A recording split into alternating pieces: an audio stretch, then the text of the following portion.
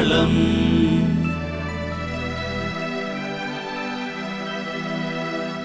നമസ്കാരം. ഏത് യന്ത്രവൽകൃത ലോകത്തിലാണെങ്കിലും മലയാളികൾക്ക് മാത്രം അവകാശപ്പെട്ട ചിലതുണ്ട്. ഓണം പോലെ ഈ ഓണാഘോഷവേളയിൽ നമ്മോടൊപ്പമുള്ളത് മലയാളത്തിൻ്റെ മുഖമുള്ള, മലയാളത്തിൻ്റെ ഐശ്വര്യമുള്ള ഒരു കലാകാരിയാണ് പ്രിയപ്പെട്ട സിത്താര. ഓണ ആശംസകൾ. ഒപ്പം തന്നെ നല്ല നമസ്കാരം. കേരളം ഒന്നാകെ ഇപ്പോൾ ഒരു ഓണത്തിൻ്റെ ഒരു ആംബിയൻസിലാണ്. അതുകൊണ്ട് ഓണത്തിൽ നിന്ന് തന്നെ തുടങ്ങാം. എങ്ങനെയുണ്ട് ഓണം ഇപ്പോൾ? പൊതുവേ മാധ്യമപ്രവർത്തകർക്ക്, പ്രത്യേകിച്ച് സിനിമാ മാധ്യമത്തിൽ വർക്ക് ചെയ്യുന്നവർക്ക് ഓണം എന്ന് പറയുന്നത് സഹപ്രവർത്തകരോടൊപ്പമായിരിക്കും. സെറ്റിലാണെങ്കിലും ഒക്കെ കുടുംബക്കാരോടൊപ്പവും ബന്ധുക്കളോടൊപ്പവും ചിലവഴിക്കാൻ വളരെ വിരളമായ സാധ്യത വരാറുള്ളൂ. എങ്ങനെയാണ് ചേച്ചിയുടെ ഓണം? ഇപ്രാവശ്യത്തെ ഓണം ഞാൻ വീട്ടിലുണ്ട്. വീട്ടിലമ്മയുടെയും അനിയനോടൊപ്പമാണ് ഇപ്പോഴത്തെ ഓണം. പിന്നെ സെറ്റിലുള്ള ഓണം എന്ന് പറഞ്ഞാൽ ഞാൻ മിക്കവാറും മലയാളത്തിലിപ്പോൾ അധികം വർക്ക് ചെയ്യാത്തതുകൊണ്ട് തെലുങ്കിൻ്റെയൊക്കെ സെറ്റിലാണെങ്കിൽ ഓണം വിഷസ് കിട്ടും എന്നല്ല, ഓണം സദ്യ കിട്ടാറില്ല. പിന്നെ പഴയതുപോലുള്ള ഒരു ഇതിപ്പോൾ ഇല്ലല്ലോ, അത് സങ്കടമാണ്. പഴയ ഓണം എന്ന് പറയുമ്പോൾ എനിക്കൊരുപാട് നല്ല ഓർമ്മകളുണ്ട്. എൻ്റെ തറവാട് കിളിമാനൂരാണ്. അപ്പോൾ ഓണം എന്ന് പറയുമ്പോൾ ആദ്യം മനസ്സിലേക്ക് വരിക ഊഞ്ഞാലാണ്. എനിക്ക് ഏറ്റവും ഇഷ്ടമുള്ള ഒരു ഇതാണ് ഊഞ്ഞാൽ. അത്തപ്പൂ ഇടാൻ പറ്റുക, പിന്നെ ഓണം വെക്കേഷൻ ആയതുകൊണ്ട് കസിൻസൊക്കെ വരും, അവരോടൊപ്പം ഉള്ള സമയം. പക്ഷെ അതൊക്കെ ഇപ്പോൾ ഒരുപാട് മിസ് ചെയ്യുന്നുണ്ട്. ഇത് തന്നെയാണ് അപ്പോൾ ഓർമ്മയിലുള്ള മനോഹരമായ ഓണം അല്ലേ? ഓണം എന്ന് പറയുമ്പോൾ അതാണ്. പിന്നെ ഓണക്കോടി കിട്ടുന്നതിനുള്ള ആ ഒരു സന്തോഷം. കാരണം എൻ്റെ അമ്മാവന്മാരും കുഞ്ഞമ്മമാരും എല്ലാവരും തറവാട്ടിൽ ഒത്തുചേരുന്ന ഒരു അവസരമാണത്. പിന്നെ ഓണക്കോടി കിട്ടുക എന്നുള്ള ആ ഒരു ഇത്, അതൊക്കെ ഇങ്ങനെ കാത്തിരിക്കുന്ന ഒരു ഇതാണ്. പക്ഷെ അതൊക്കെ ഇപ്പം മിസ് ചെയ്യുന്നുണ്ട്. സിനിമയിലേക്ക് വീണ്ടും വരാം. സിത്താര ചേച്ചിയുടെ ഒരു ഫിലിമോഗ്രാഫി ഒന്ന് പരിശോധിച്ചാൽ ഇപ്പോൾ ചെയ്ത കഥാപാത്രങ്ങൾ, മഴവിൽക്കാവടിയിൽ വളരെ ഗ്രാമീണത ഉള്ള ഒരു പെൺകുട്ടി, അതേ താങ്കൾ തന്നെ പിന്നീട് ഗുരു എന്ന ചിത്രത്തിൽ വളരെ ആത്മീയമായിട്ടുള്ളൊരു കഥാപാത്രത്തെ ചെയ്തു. പിന്നീട് നോക്കുമ്പോൾ ചെയ്ത കഥാപാത്രങ്ങൾ പുറപ്പാടിലാണെങ്കിലും വളരെ വ്യത്യസ്തമായൊരു കഥാപാത്രം. പിന്നീട് വളരെയധികം എക്സസൈസ് ആവശ്യപ്പെടുന്ന ചമയം എന്ന ചിത്രത്തിലെ വളരെയധികം മുന്നൊരുക്കങ്ങൾ ആവശ്യമുള്ള ചമയം എന്ന ചിത്രത്തിൽ പോലും അങ്ങനെ ഒരു സീരിയസ് ആയിട്ടൊരു കഥാപാത്രം ചെയ്തു. സീരിയസ് എന്ന് ഞാൻ ഉദ്ദേശിച്ചതെന്ന് വെച്ചാൽ കാമ്പുള്ള കഥാപാത്രം. പിന്നീട് കുറച്ച് ഇടവേളയ്ക്ക് ശേഷമാണെങ്കിൽ പോലും രാജസേന ചിത്രമായ ഭാര്യ ഒന്ന് മക്കൾ മൂന്നിലെ കുടുംബിനിയായ ലിസമ്മ, ഇത് ഏത് കഥാപാത്രം നോക്കിയാലും ഇതൊക്കെ ഓരോന്നിനും വ്യത്യസ്തമായിട്ടുള്ള ഓരോ നിലപാടുകളുണ്ട്, ഓരോ ഐഡൻറ്റിറ്റി ഉണ്ട്, പേഴ്സണാലിറ്റി ഉണ്ട്. ഇത് മനഃപൂർവ്വം ബോധപൂർവം തിരഞ്ഞെടുക്കുന്നതാണോ വന്നു ചേരുന്നതാണോ? മലയാളത്തിലെ ഇപ്പോൾ പേരെടുത്ത് പറഞ്ഞ എല്ലാ ചിത്രങ്ങളും എനിക്ക് വന്നു ചേർന്ന സിനിമകളാണ്. പക്ഷേ എനിക്കെപ്പോഴും ആദ്യം മുതലേ എനിക്ക് ഈ വരുന്ന സിനിമകളിൽ നിന്ന് ഞാൻ ചൂസ് ചെയ്യാറുണ്ട്. എന്നുവെച്ചാൽ ഒരു കഥാപാത്രം കേൾക്കുമ്പോൾ അതെനിക്ക് ചെയ്യാൻ പറ്റുമോ, ആ ഒരു സെൽഫ് കോൺഫിഡൻസ് നമുക്ക് വേണമല്ലോ. അങ്ങനെ എനിക്ക് തോന്നിയിട്ടുള്ള കഥാപാത്രങ്ങളാണ് ഞാൻ എടുത്തിട്ടുള്ളത്. അത് മലയാളത്തിൽ മാത്രമല്ല, ഇപ്പോഴും ചെയ്തുകൊണ്ടിരിക്കുന്ന ഒരു കാര്യമാണ്. കഥ കേൾക്കുമ്പോൾ എൻ്റെ കഥാപാത്രം കേട്ടിട്ട് അതിനോടൊരു എനിക്കിഷ്ടം തോന്നുക, അല്ലെങ്കിൽ അതെനിക്ക് ചെയ്യാൻ പറ്റും, ഞാൻ ചെയ്താൽ നന്നായിരിക്കും എന്ന് തോന്നുന്ന ക്യാരക്ടേഴ്സ് മാത്രമേ ഇതുവരെ ചെയ്തിട്ടുള്ളൂ, എല്ലാ ഭാഷയിലാണെങ്കിലും. എങ്ങനെയായിരുന്നു ചമയത്തിൽ, പ്രത്യേകിച്ച് ഭരതനെ പോലൊരു ഡയറക്ടറോടൊപ്പം വർക്ക് ചെയ്യുമ്പോൾ? ശരിക്കും നല്ലൊരു എനിക്ക് തോന്നുന്നു മലയാളത്തിൽ എന്നെ ഓർക്കുക എപ്പോഴും ആ രാജഹംസമേ എന്നുള്ള പാട്ട് വളരെയധികം പോപ്പുലർ ആയിട്ടുള്ള ഒരു സോങ്ങാണ്. എപ്പോഴും മലയാളികൾ ഓർക്കുന്ന ഒരു കഥാപാത്രമാണത് ചമയത്തിലേത്. നല്ലൊരു എക്സ്പീരിയൻസ് ആയിരുന്നു അദ്ദേഹത്തോടൊപ്പം വർക്ക് ചെയ്യാൻ പറ്റുക. എൻ്റെ മലയാളത്തിലെ സിനിമകൾ എടുക്കുമ്പോൾ എനിക്ക് മഴവിൽക്കാവടി പോലെ തന്നെ ഏറ്റവും ഇഷ്ടപ്പെട്ട ഒരു സിനിമയാണ് ചമയത്തിലെ ആ കഥാപാത്രം. ആ ഒരു ഭരതൻ സാറിൻ്റെ പടത്തിൽ വർക്ക് ചെയ്യാൻ കഴിഞ്ഞത് വലിയ ഭാഗ്യമായിട്ട് കരുതുന്ന ഒരു ആളാണ് ഞാൻ.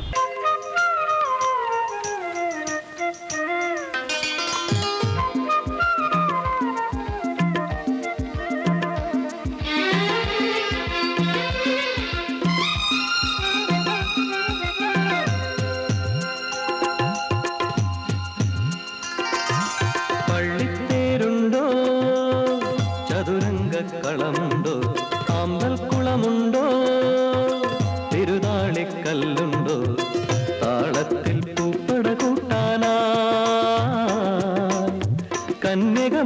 ആയിരമുണ്ടോ ഓ എന്നോ മലാളെ കൂടെ കണ്ടോ കണ്ടോ കണ്ടോ പള്ളിത്തേരുണ്ടോ ചതുരംഗക്കളമുണ്ടോ ആമ്പൽ കുളമുണ്ടോ തിരുതാളിക്കല്ലുണ്ടോ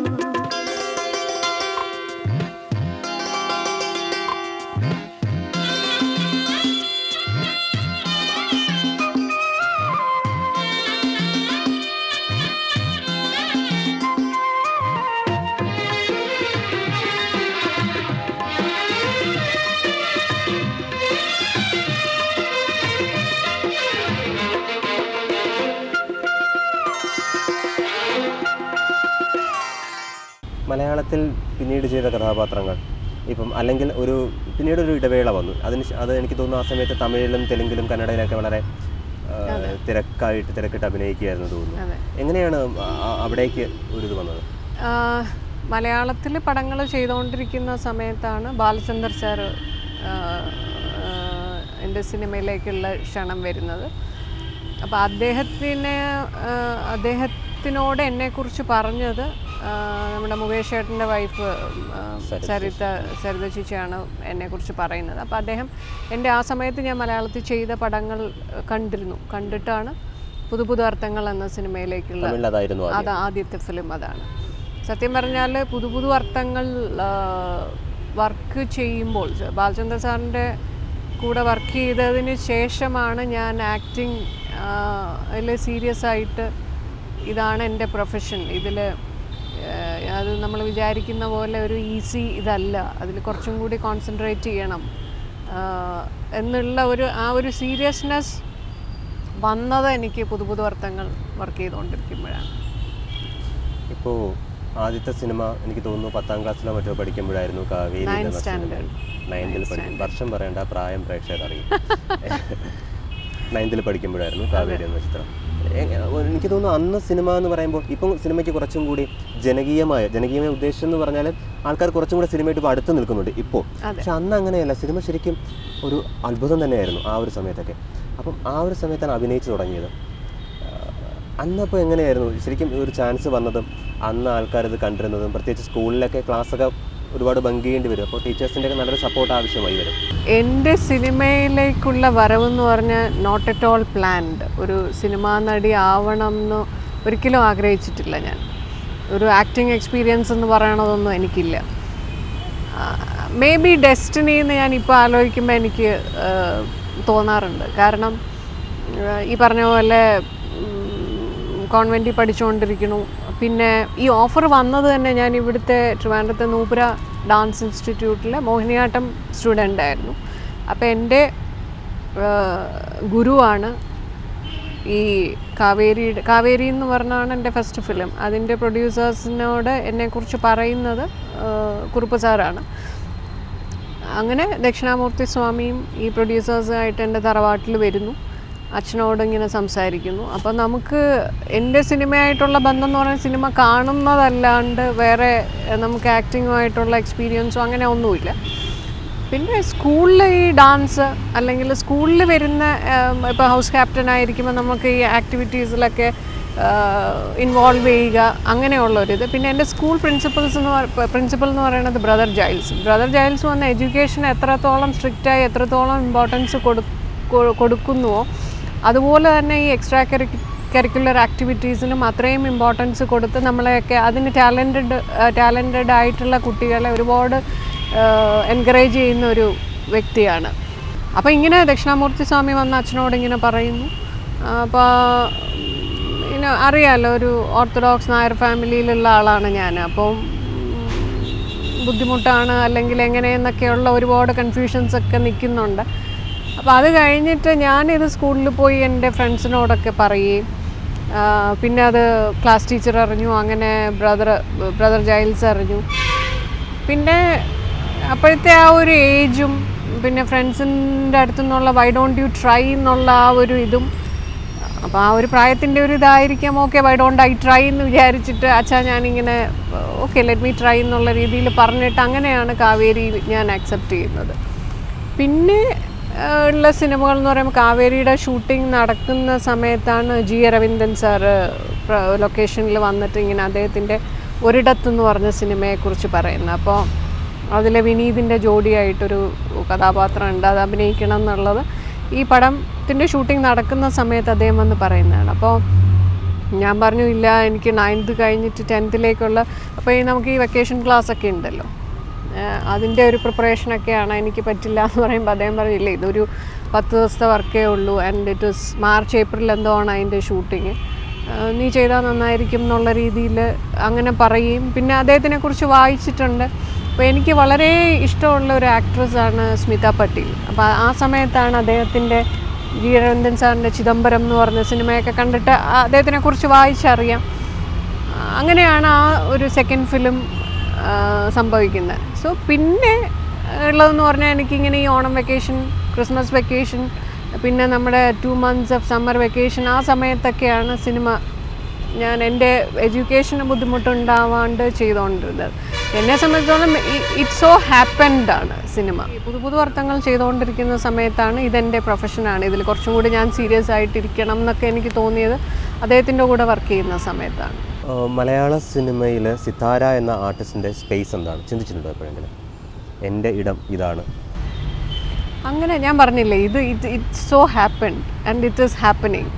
അതല്ലാണ്ട് എനിക്കിങ്ങനെ ഒരു സ്ഥലം ഇതിനകത്തുണ്ട്, അല്ലെങ്കിൽ ഇന്ന സ്ഥലത്ത് ഞാൻ എത്തണം, I should be the number 1, അങ്ങനെ ഈ നമ്പർ റേസിനോടൊന്നും എനിക്കൊരു ഇൻട്രസ്റ്റ് തോന്നിയിട്ടില്ല, അതിൻ്റെ പുറകിലൊന്നും പോയിട്ടില്ല. എൻ്റെ പ്രൊഫഷനെ എനിക്കിഷ്ടമാണ്, നല്ല സിനിമകളിൽ എനിക്ക് ചെയ്യാൻ പറ്റിയ ഏത് ഭാഷയിലായാലും. അപ്പോൾ അതുകൊണ്ട് പിന്നെ ഇപ്പോഴും സിനിമയിലുണ്ട്. ഞാനിപ്പോൾ മലയാളത്തിലൊരു ഗ്യാപ്പ് ആയെങ്കിലും ഏതെങ്കിലും ഒരു ഭാഷയിൽ എനിക്ക് വർക്ക് ചെയ്യാൻ പറ്റുന്നതുകൊണ്ട് ഇപ്പോഴും ഞാനുണ്ട് എന്നുള്ളത് തന്നെ ഒരു വലിയ കാര്യമായിട്ട് കരുതുന്ന ആളാണ്. അല്ലാതെ ഞാൻ ഇങ്ങനെ ഒരു സ്ഥാനം ഉണ്ടാക്കിയെടുത്തു, സ്ഥാനമുണ്ടെന്ന് എനിക്ക് തോന്നുന്നു, എനിക്കറിയില്ല, അത് അങ്ങനെയൊന്നും പറയാനുള്ള ഇതൊന്നും ആയിട്ടില്ല. ഇടവേളയ്ക്ക് ശേഷമാണ് മലയാള സിനിമയിൽ വീണ്ടും രാജസ്ഥാനി ചിത്രമായ ഭാര്യ 1 മക്കൾ 3 ലിസമ്മയായിട്ട് അഭിനയിച്ചത്. ശരിക്കും ഞാൻ എവിടെയോ ഇൻ്റർവ്യൂവിലോ മറ്റോ വായിച്ചിരുന്നു, കഥാപാത്രം അത്രമാത്രം ഇഷ്ടപ്പെട്ടത് കൊണ്ട് തന്നെയാണ് ഈ ഒരു ഇടവേളയെ ബ്രേക്ക് ചെയ്തുകൊണ്ട് വന്നത്, അല്ലേ? അതെ അതെ, തീർച്ചയായിട്ടും. എനിക്ക് തോന്നുന്നു 10 വർഷത്തെ ഗ്യാപ്പിന് ശേഷമാണ് ഭാര്യ 1 മക്കൾ 3 ഇത് ചെയ്യുന്നത്. അപ്പോൾ ഞാനൊരു ചരിത്രം എന്ന് പറഞ്ഞിട്ടൊരു തമിഴ് ഫിലിം, അപ്പോൾ അതിൻ്റെ ഷൂട്ടിംഗ് പൊള്ളാച്ചിയിൽ നടന്നുകൊണ്ടിരിക്കുന്ന സമയത്താണ് രാജസേനൻ സാറ് എന്നെ കോണ്ടാക്ട് ചെയ്യുന്നതും. അപ്പോൾ അദ്ദേഹം ഫോണിലാണ് എനിക്ക് കഥ പറയുന്നത്. അപ്പോൾ കഥ പറഞ്ഞുകൊണ്ടിരുന്ന അതിൻ്റെ ആ ഒരു ക്ലൈമാക്സിൻ്റെ ഇത് അദ്ദേഹം പറഞ്ഞു തുടങ്ങി കഴിഞ്ഞപ്പോഴത്തേക്ക് ഞാനങ്ങ് സൈലൻ്റായി ഞാൻ ആ ഫോണങ്ങ് വെച്ചു. അപ്പം തീർച്ചയായിട്ടും മറുവശത്തിരിക്കുന്ന ആൾക്ക് അതൊരു ഓക്വേർഡായിട്ട് തീർച്ചയായിട്ടും ഫീൽ ചെയ്യും. അപ്പോൾ അത് കഴിഞ്ഞിട്ട് സാർ എന്നെ തിരിച്ചു വിളിച്ചു. അപ്പോൾ ഞാൻ പറഞ്ഞു, ഞാൻ എക്സ്ട്രീംലി സോറി, കാരണം എൻ്റെ ലൈഫിൽ നടന്ന ഒരു വലിയൊരു ഇതുമായിട്ട് അതിനകത്ത് കണക്ഷനുണ്ട്, അപ്പോൾ എനിക്ക് എന്നെ കൺട്രോൾ ചെയ്യാൻ പറ്റിയില്ല. അപ്പോൾ അതുകൊണ്ട് ആ ഒരു ഇമോഷണലായിട്ട് എനിക്ക് കരച്ചിൽ വന്നിട്ട് ഞാനത് ഫോൺ കട്ട് ചെയ്തതാണോ, ഒന്നും വിചാരിക്കരുത് എന്ന് പറഞ്ഞു. അപ്പോൾ സാറ് പറഞ്ഞു ഇല്ല, take your own time, relax, ഞാനൊരു 1 മണിക്കൂർ കഴിഞ്ഞ് വിളിക്കാമെന്ന് പറഞ്ഞിട്ട് പിന്നെയാണ് സാറത് കഥ എനിക്ക് കംപ്ലീറ്റ് ചെയ്തത്. സോ അതുകൊണ്ട് പലരും എന്നോട് ചോദിച്ചു, ഇങ്ങനെ 3 കുട്ടികളുടെ അമ്മയായിട്ട് അഭിനയിക്കുന്നു. പക്ഷേ എനിക്ക് ആ കഥ കേട്ട് കഴിഞ്ഞപ്പോൾ എനിക്ക് അതൊന്നും എൻ്റെ മനസ്സിലേക്ക് പോയില്ല. എനിക്ക് ആ സിനിമയിലുള്ള ആ ലിസമ്മ അത്രയ്ക്ക് അങ്ങ് ഇഷ്ടമായി ആ കഥ കേട്ടപ്പോൾ.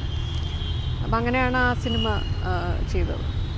സിതാര എന്ന നടിയെ ഒരു ലോങ് ഷോട്ടിൽ ഒബ്സർവ് ചെയ്താൽ മനസ്സിലാവുന്നത് വളരെ ഗൗരവക്കാരിയായ ഒരു നടി, വളരെ മെച്ചുറായിട്ടുള്ളൊരു നടി, ഒപ്പം തന്നെ ഒരു ഇൻട്രോവേർട്ടാണെന്നും പറയാം. സെറ്റുകളിൽ പലപ്പോഴും തോന്നിയിട്ടുണ്ട്. കാരണം ഷോട്ട് കഴിഞ്ഞിട്ട് മാറിയിരുന്ന് അടുത്ത ചെയ്യാനുള്ള ഷോട്ട് ഏതാണെന്ന് മനസ്സിലാക്കി അതിനെക്കുറിച്ച് മാത്രം ചിന്തിച്ച് മാറിയിരുന്ന് ഒരു ബഹളമില്ലാതെ പോകുന്നൊരു നടി. ഞാൻ ഉപയോഗിച്ച ആ വാക്ക് തന്നെ പറയുന്നത് വളരെ ഇൻട്രോവേർട്ടാണ് നടി. ഇത് ലോങ് റേഞ്ചിൽ ലോങ് ഷോട്ടിൽ മനസ്സിലാവുന്നില്ല. ക്ലോസ് ഷോട്ടിൽ ഒബ്സർവ് ചെയ്യുമ്പോഴും ഞാൻ തന്നെയാണോ ആണ്? അതിപ്പോൾ ക്ലോസ് ഷോട്ടിൽ കണ്ടോണ്ടിരിക്കുമല്ലേ, എന്ത് തോന്നുന്നു. ബേസിക്കലി ഒരു റിസർവ്ഡ് പേഴ്സൺ ആണ്. അത് സിനിമയ്ക്ക് വേണ്ടിയിട്ടൊന്നും ഞാൻ എന്നെ മാറ്റിയിട്ടില്ല. പിന്നെ ബഹളം വയ്ക്കുക എന്നുള്ളത് അതിനകത്ത് എന്താണെന്ന് എനിക്ക് മനസ്സിലായില്ല. പിന്നെ നമ്മൾ ബഹളം ഇല്ലാത്ത ആളെന്നാണ് ഞാൻ പറഞ്ഞത്. ബഹളം ഇല്ല, ബഹളം വെച്ചോണ്ട് നടക്കുക എന്നുള്ളത് എനിക്ക് ഒരു അങ്ങനെ അല്ല. ഞാൻ ബേസിക്കലി എൻ്റെ ഒരു സ്വഭാവത്തിൻ്റെതായിരിക്കും അത്. പിന്നെ ജോലി ചെയ്യുമ്പോൾ ഏത് ഒരു കാര്യം ചെയ്താലും അതിൽ നമ്മളൊരു 100% കൊടുക്കുക, അതിനകത്തൊരു സീരിയസ്നെസ് ആയിട്ടിരിക്കുക എന്നുള്ളത് ഇതിനോടനുബന്ധിച്ച് വേറൊരു ചോദ്യം കൂടെ ഒരുപാട് പേർക്ക് വളരെ സംശയമാണ്, പ്രേക്ഷകർക്കൊക്കെ ഉള്ളൊരു സംശയമാണ്. എന്താണോ ഇപ്പം മനസ്സിലായി കാണും ഞാൻ ചോദിക്കാൻ ഉദ്ദേശിക്കുന്നത് എന്താണെന്ന്. സിതാര വിവാഹിതയാണോ അല്ലയോ, എന്തുകൊണ്ട് ഈ കുട്ടി വിവാഹം കഴിക്കുന്നില്ല എന്നൊക്കെ പലരും ചോദിക്കുന്നുണ്ട്. അയ്യോ, വിവാഹം കഴിച്ചിട്ടില്ല, വിവാഹം കഴിച്ചിട്ടില്ല. എന്നോട് പല